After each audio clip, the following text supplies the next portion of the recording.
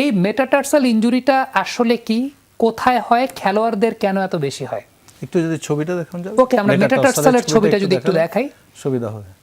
টার্সাল, metatarsal, phalanges, এটা- যেটা medical টার্মে বলে sir, this is metatarsal.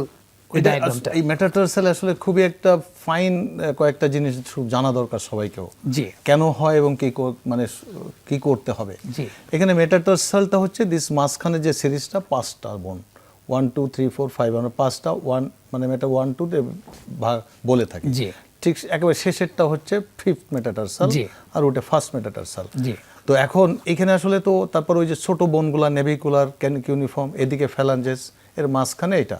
So এখানে আসলে দেখলে বোঝা যাবে যে এই বোনসগুলো তো আর ফাঁকা না, সবগুলোর সাথে একটা জয়েন্ট, এবং এই জয়েন্টগুলো কোনোটাই কিন্তু ফিক্স না, একেবারে স্টিফ না, সব মুভ করে, তা নাহলে তো দৌড়ানোই যেত না।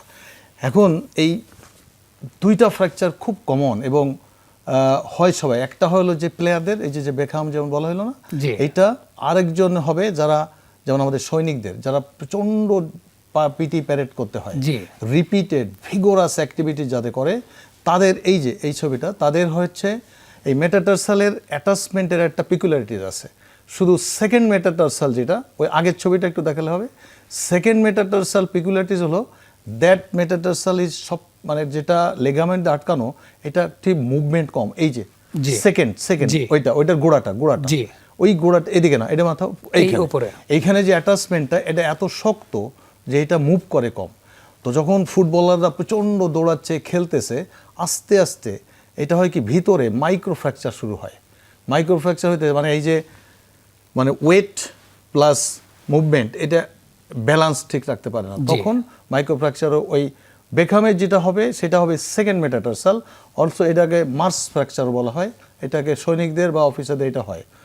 আর বয়সীদের যেটা হবে, বা হয়তো ওই যে তোমার যেটা বললে যে পড়ে যায়, এটা সিম্পলি এইটা আমি একটু ডেমনস্ট্রেট করে যদি দর্শকদেরকে দেখাই, আমার এই স্টুডিওতে, যে স্টুডিওতে আমরা আছি, এই স্টুডিওতে একটু উঁচা জায়গা থেকে আমি জাস্ট নিচের জায়গায় নামতে যাব, আমার পাটা টুইস্ট হলো, পরবর্তী সময় জানলাম সেটা 5th মেটাটার্সাল ফ্র্যাকচার। আমার মা রাস্তা পার হতে গিয়ে জাস্ট পাটা একটু টুইস্ট হলো, পরে ডক্টর বলছেন 5th মেটাটার্সাল ফ্র্যাকচার। এইটার আসলে স্যার কারণ এটা টিপিক্যাল, এই যে দিস মুভমেন্ট, এই যে ইনভার্সন যখনই হবে না, ইনভার্সন যখনই হবে, 5টা তো ওইদিকে, তখন প্রচন্ড টানটা এই 5th-এর উপরে পড়ে, এবং 5th মেটাটার্সাল পিকুলারিটি হলো যে এন্ডে, ওখানে ওই এন্ডে একটা মাসেল লাগানো আছে। আমরা একটু ছবিটা আরেকবার আবার ছবিটা দেখেন, ওই 5th মেটাটার্সাল একেবারে টিপে, ওই একেবারে টিপ, ওই জায়গাটা একটা মাসেল, ওটার পেরোনিয়াস, নিচে নিচে নিচে ওইখানে ওই যে মাসেল না, ওইটা এই 5th মেটাটার্সাল গোড়া যে লম্বা একটু উঁচু, যেটা 5th মেটাটার্সালের একবারে শেষ, এইখানে একটা মাসেল লাগানো আছে, পেরোনিয়াস টার্সিয়াস। 3টা মাসেল আমাদের ওইখানে কাজ, পেরোনিয়াস লঙ্গাস, ব্রেভিস, টার্সিয়াসটা ওইখানে লাগানো। তো যখন এইরকম পড়ে, ঠিক ওই যে অ্যাঙ্কেল ফ্র্যাকচার যেভাবে হয়, ঠিক প্রচণ্ড ওই মাসেলটা টান লাগলে ওইটা অ্যাভালশন ফ্র্যাকচার হয়ে যায়, ঠিক ওই কোনাটা ভেঙে যায়। তো কোনাটা ভেঙে গেলে সমস্যা হবে কি, যে অন্য জায়গায় ভাঙলে হয়তো সরাসরি সরবে না, যেমন মেটাটার্সাল যদি মাঝখানে ভাঙে, সে ধরেন একটা ওজন পড়ে গেল, অথবা অ্যাক্সিডেন্ট করলো, তখন ডিসপ্লেসমেন্ট নাও হতে পারে।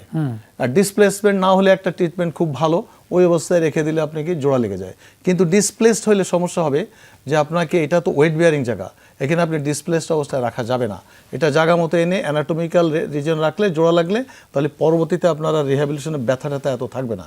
কিন্তু এই ঠিক মেটাটার্সালও আমার কোনো 4-5টা অপারেশন করা লাগছে, আর বেশি করা লাগে নাই, কারণ ওটা ভাঙলেও বেশি সরে না। যদি আপনার আমাদের একটা ডিসটেন্স বলি, if it is more than 4 millimetre সরে যায়, তখন সাধারণত অপারেশন করা দরকার। আর অপারেশনটা খুব বেশি কঠিন না, ওখানে একটা আমরা স্ক্রু লাগাই দিই। এই 5th মেটাটার্সাল, এটার নাম বা আর একটা নাম আছে জোন্স ফ্র্যাকচার। এইটা হয় এই যে ঠিক টুইস্টিং ইনজুরি,